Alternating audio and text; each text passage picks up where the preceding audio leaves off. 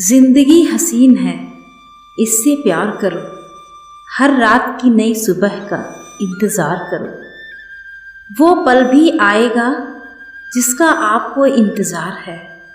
बस अपने रब पे भरोसा और वक्त पर एतबार करो। ओम साईं राम।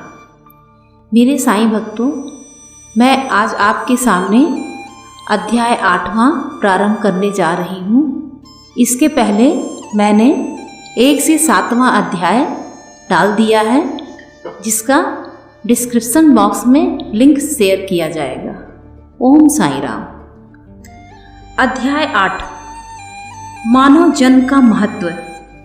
श्री साईं बाबा की भिक्षावृत्ति। वायजाबाई की सेवा शुश्रूषा। श्री साईं बाबा का शयन कक्ष। खुलासचंद पर प्रेम। जैसा कि गत अध्याय में कहा गया है कि अब श्री हेमांत पंत मानव जन्म की महत्ता को विस्तृत रूप से समझाते हैं।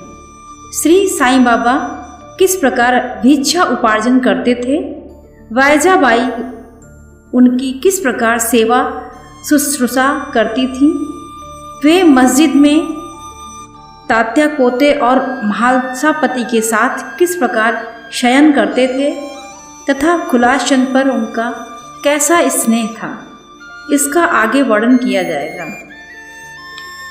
मानव जन्म का महत्व। इस विचित्र संसार में ईश्वर ने लाखों प्राणियों को उत्पन्न किया है, जिसमें देव, दानव, गंधर्व, जीव जंतु और मनुष्य आदि सम्मिलित हैं, जो स्वर्ग, नरक, पृथ्वी, समुद्र तथा आकाश में निवास करते हैं और भिन्न भिन्न धर्मों का पालन करते हैं। इन प्राणियों में जिनका पूर्ण प्रबल है, वे स्वर्ग में निवास करते और अपने संस्कृतियों का फल भोगते हैं।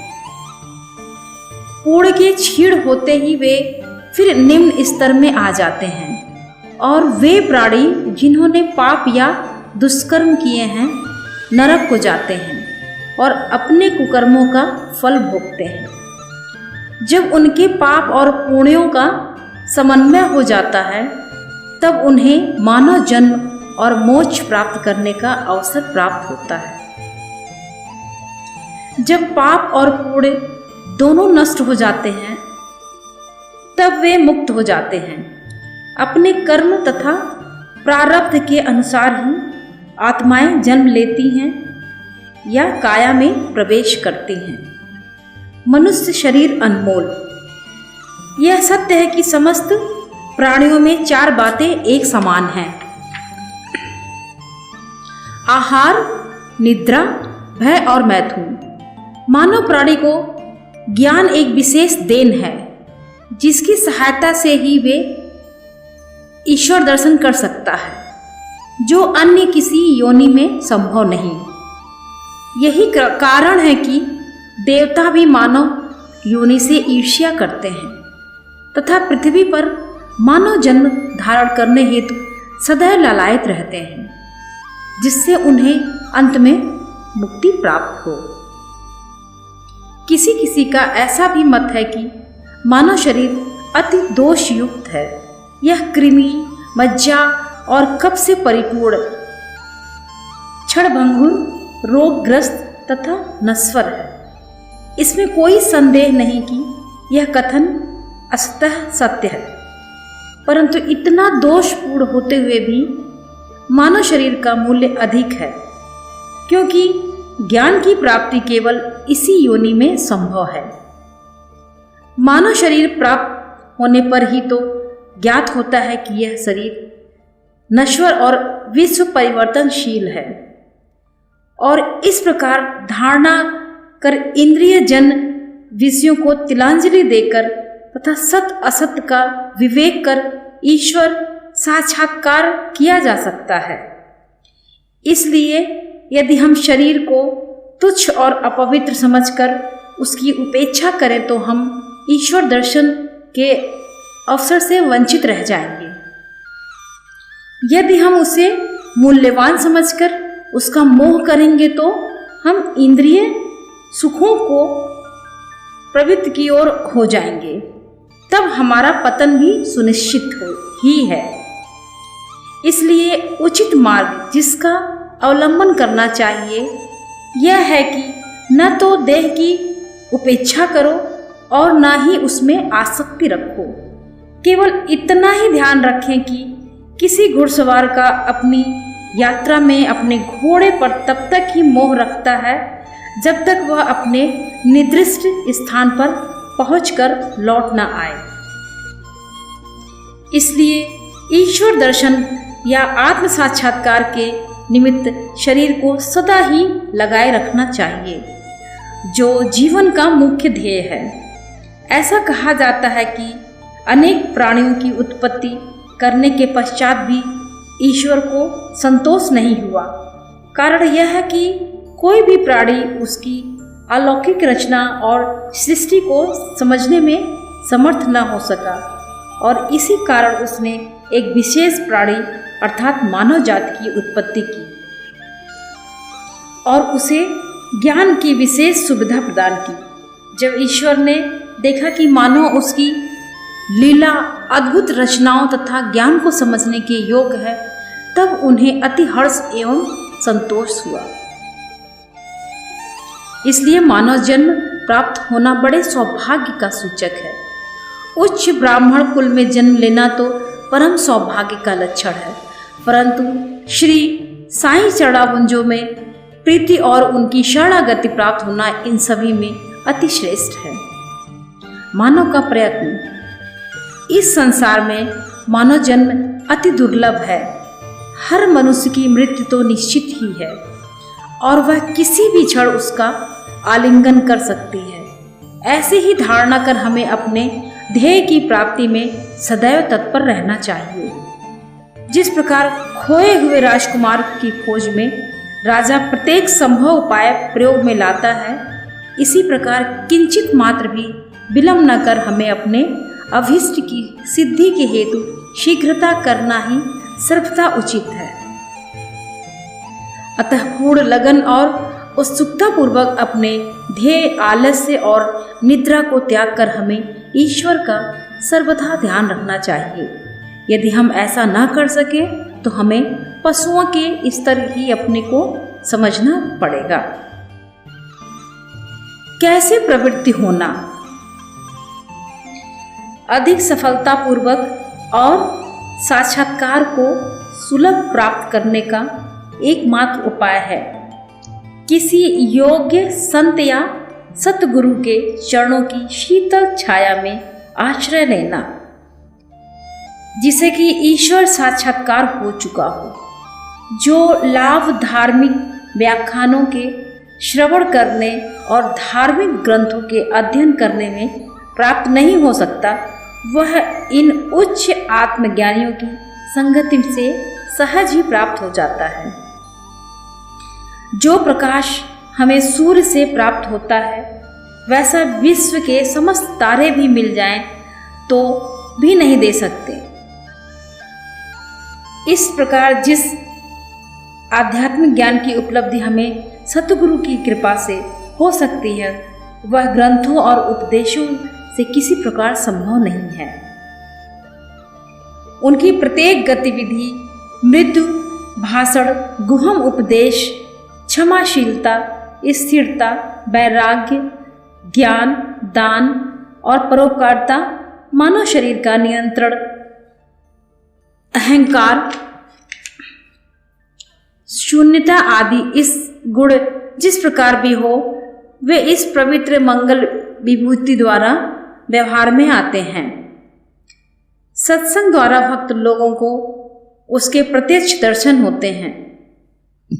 इससे मस्तिष्क की जागृति तथा उत्तरोत्तर आध्यात्मिक उन्नति होती है। श्री साईं बाबा इसी प्रकार के एक संत या सतगुरु थे। यद्यपि वे बाह्य रूप से एक फकीर का अभिनय करते थे, परंतु वे सदैव आत्मलीन रहते थे। वे समस्त प्राणियों से प्रेम करते और उनमें भगवत दर्शन का अनुभव करते थे। सुखों का उनको कोई आकर्षण न था और न वे आपत्तियों से विचलित होते थे। उनके लिए अमीर और फकीर दोनों ही एक समान थे। जिसकी केवल कृपा से भिखारी भी राजा बन सकता था, वे शिरडी में द्वार द्वार घूमकर भिक्षा उपार्जन किया करते थे।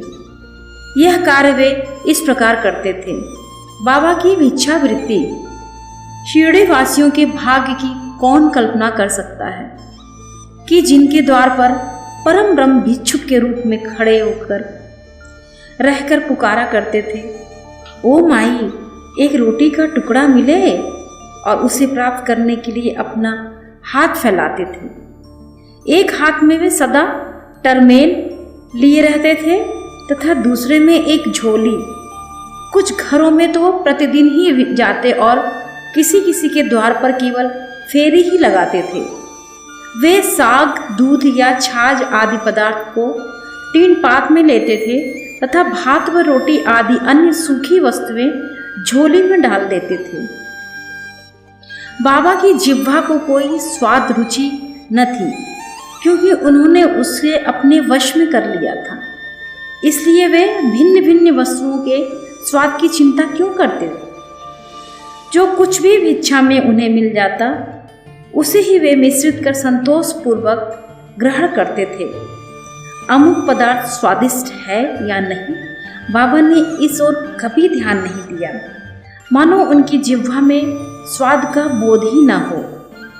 वे केवल मध्याह्न तक ही भिक्षा उपार्जन करते थे। यह कार्य बहुत अनियमित था। किसी दिन तो वे छोटी सी फेरी ही लगाते तथा किसी दिन 12 बजे तक वे एकत्रित भोजन एक कुंडी में डाल देते, जहां कुत्ते, बिल्लियां, कौवे आदि स्वच्छंदता पूर्वक भोजन करते थे। बाबा ने उन्हें कभी नहीं भगाया। एक स्त्री थी जो मस्जिद में झाड़ू लगाया करती थी, रोटी के 10-12 टुकड़े उठाकर अपने घर ले जाती थी, परंतु किसी ने कभी उसे नहीं रोका। जिन्होंने स्वप्न में भी बिल्लियों और कुत्तों को भी कभी धुतकार नहीं कर भगाया, वे भला निसहाय गरीबों को रोटी के कुछ टुकड़ों को उठाने में क्यों रोकते? ऐसे महान पुरुष का जीवन धन्य है।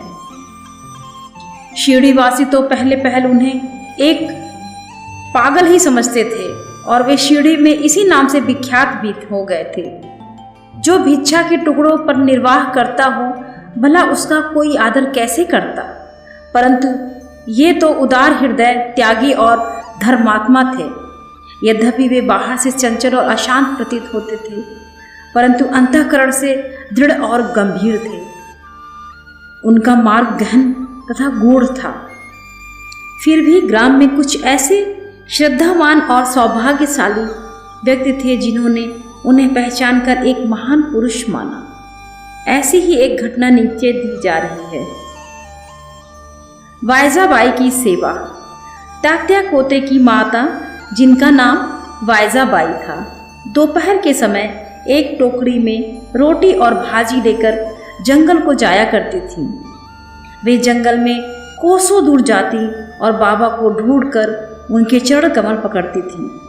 बाबा तो शांत ध्यान मग्न बैठे रहते थे। एक पत्तल बिछाकर उस पर सब प्रकार के व्यंजन आदि जैसे रोटी, साग आदि परोसती और बाबा से भोजन कर लेने के लिए आग्रह करती। उनकी सेवा तथा श्रद्धा की रीति बड़ी ही विलक्षण थी। प्रतिदिन दोपहर को जंगल में जाना और बाबा को ढूंढना और भोजन के लिए आग्रह करना। उनकी इस सेवा और उपासना की स्मृति बाबा को अपने अंतिम क्षणों तक बनी रही। उनकी सेवा का ध्यान कर बाबा ने उनके पुत्र को बहुत ही लाभ पहुंचाया। माँ और बेटे दोनों ही की फकीर पर दृढ़ निष्ठा थी। उन्होंने बाबा को सदैव ईश्वर के समान ही पूजा। बाबा उनमें कभी कभी कहा करते थे कि फकीरी ही सच्ची अमीरी है, उसका कोई अंत नहीं। जिसे फकीरी अमीरी के नाम से पुकारा जाता है, वह शीघ्र ही लुप्त हो जाने वाली है। कुछ वर्षों के बाद बाबा ने जंगल में विचरना त्याग दिया। वे गांव में ही अपने और मस्जिद में ही रहने लगे और भोजन भी करने लगे। इस कारण वायजाबाई को भी उन्हें जंगल में ढूंढने के कष्ट से छुटकारा मिल गया। तीनों का शयन कक्ष। वे संत पुरुष धन्य हैं जिनके हृदय में भगवान वासुदेव सदैव वास करते हैं, और वे भक्त भी भाग्यशाली हैं जिन्हें उनका सानिध्य प्राप्त होता है। ऐसे ही दो भाग्यशाली भक्त थे, पहला तात्या कोते पाटिल और दूसरे भक्त महालसापति। दोनों ने बाबा के सानिध्य का सदैव पूर्ण लाभ उठाया। बाबा दोनों पर एक समान प्रेम रखते थे। ये तीनों महानुभाव मस्जिद में अपने सिर पूर्व, पश्चिम तथा उत्तर की ओर करते और केंद्र में एक दूसरे के पैर से पैर मिलाकर शयन किया करते थे। बिस्तर में लेटे लेटे ही वे आधी रात तक प्रेम पूर्वक वार्तालाप और इधर उधर की चर्चाएं किया करते थे। यदि किसी को भी निद्रा आने लगती तो दूसरा उसे जगा देता था। यदि तात्या खर्राटे लेने लगते तो बाबा शीघ्र ही उठकर उसे हिलाते और सिर पकड़कर जोर से दबाते थे। यदि कहीं वह महालसापति हुए तो उन्हें भी अपनी ओर खींचते और पैरों पर धक्का देकर पीठ थपथपाते थे। इस प्रकार तात्या ने 14 वर्षों तक अपने माता पिता को गृह पर ही छोड़कर बाबा के प्रेमवश मस्जिद में ही निवास किया।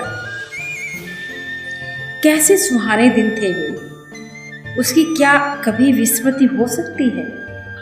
उस प्रेम का क्या कहना, बाबा की कृपा का मूल्य कैसे आंका जा सकता था? पिता की मृत्यु होने के पश्चात तात्या पर घर बार की जिम्मेदारी आ पड़ी, इसलिए वे अपने घर पर जाकर रहने लगे। राहता निवासी हुलास चंद। शिरडी के गणपत तात्या कोते को बाबा बहुत ही चाहते थे। वे राहता के मारवाड़ी सेठ श्री चंद्रभान को भी बहुत प्यार करते थे। सेठ जी का देहांत होने के उपरांत बाबा उनके भतीजे हुलास चंद को भी अत्यधिक प्रेम करते थे। वे उनके कल्याण की दिन रात फिक्र किया करते थे। कभी बैलगाड़ी में तो कभी तांगे में वे अपने अंतरंग मित्रों के साथ राहता को जाया करते थे। ग्रामवासी बाबा के गांव के फाटक पर आते ही उनका अपूर्व स्वागत करते और उन्हें प्रणाम कर बड़ी धूमधाम से गांव में ले जाते थे। हुलास चंद बाबा को अपने घर ले जाते और कोमल आसन पर बिठाकर उत्तम सुस्वादु भोजन कराते और आनंद तथा प्रसन्न चित्र से कुछ देर तक वार्तालाप किया करते थे। फिर बाबा सबको आनंदित कर और आशीर्वाद देकर शिरडी वापस लौट आते थे। एक ओर राहता दक्षिण में तथा दूसरी ओर नीम गांव उत्तर में था। इन दोनों ग्रामों में मध्य में शिरडी स्थित है। बाबा अपने जीवन काल में कभी भी इन सीमाओं के पार नहीं गए। उन्होंने कभी रेलगाड़ी नहीं देखी और न कभी उसमें प्रवास ही किया, परंतु फिर भी उन्हें सब गाड़ियों के आवागमन का समय ठीक ठीक से ज्ञात रहता था। जो भक्तगण बाबा से लौटने की अनुमति मांगते और आदेशानुकूल चलते वे कुशल पूर्वक घर पहुंच जाते थे, परंतु इसके विपरीत जो अवज्ञा करते उन्हें दुर्भाग्य व दुर्घटनाओं का सामना करना पड़ता था। इस विषय में संबंधित घटनाओं और अन्य विषयों का अगले अध्याय में विस्तार पूर्वक वर्णन किया जाएगा। विशेष इस अध्याय के नीचे दी हुई टिप्पणी बाबा के हुलास चंद पर प्रेम के संबंध में है। किस प्रकार उन्होंने काका साहब दीक्षित को राहता जाकर हुलास चंद को लिवा लाने को कहा और उसी दोपहर को हुलास चंद ने स्वप्न में शिरडी आने को कहा।